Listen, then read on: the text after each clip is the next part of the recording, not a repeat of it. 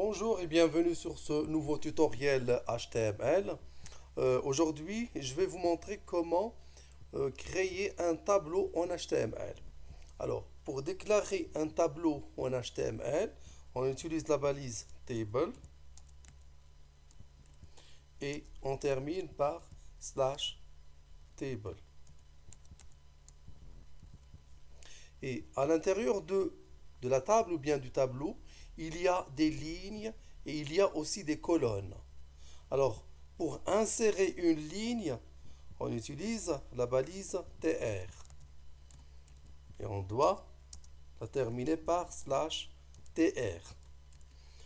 C'est-à-dire, on a inséré ici une ligne qui est encore vide. Elle ne contient rien du tout. Alors, à l'intérieur de cette ligne, on va insérer des colonnes ou bien on va insérer des cellules. Alors, pour insérer une cellule, on ajoute la balise td et on doit la terminer par slash td. Je peux insérer aussi d'autres cellules, td. Je la termine par slash td. Jusqu'à présent, il ne s'affiche rien parce que je n'ai rien mis sur le tableau. J'enregistre, enregistrer sous, je vais l'appeler tableau.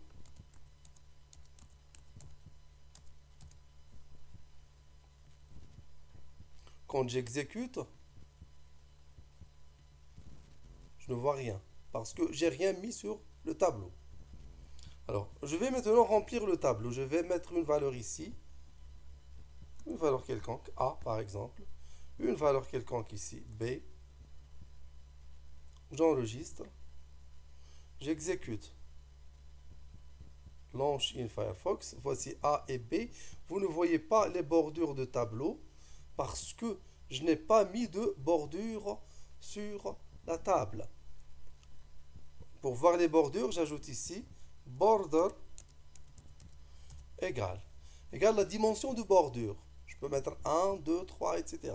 Je peux mettre 1. J'enregistre, j'exécute.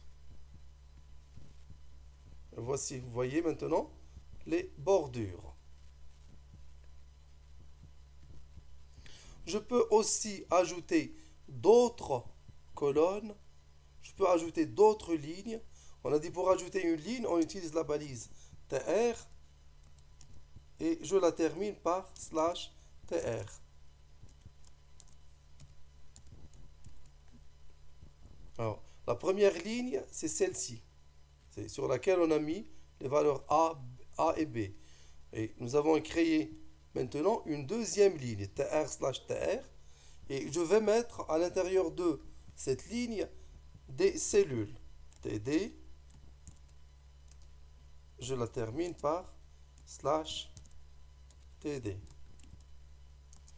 Je vais mettre une autre ligne, td, slash td. Je mets des valeurs ici, C, D, je peux mettre tout ce que je veux. J'enregistre. Launch in Firefox. Voilà. Vous voyez, tableau à 2 lignes et 2 colonnes.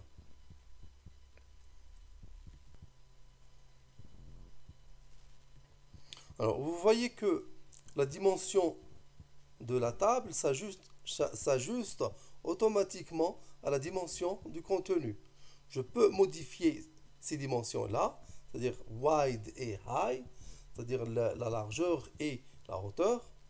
J'ajoute ici, après border, je vais mettre width ou bien wide, c'est-à-dire la largeur. Je vais mettre 400 par exemple. High, c'est-à-dire la hauteur. Je vais mettre 200 par exemple. J'enregistre et j'exécute. Vous voyez, maintenant une table de largeur 400 et de hauteur 200. Et voilà, c'est terminé. Merci, au prochain tuto.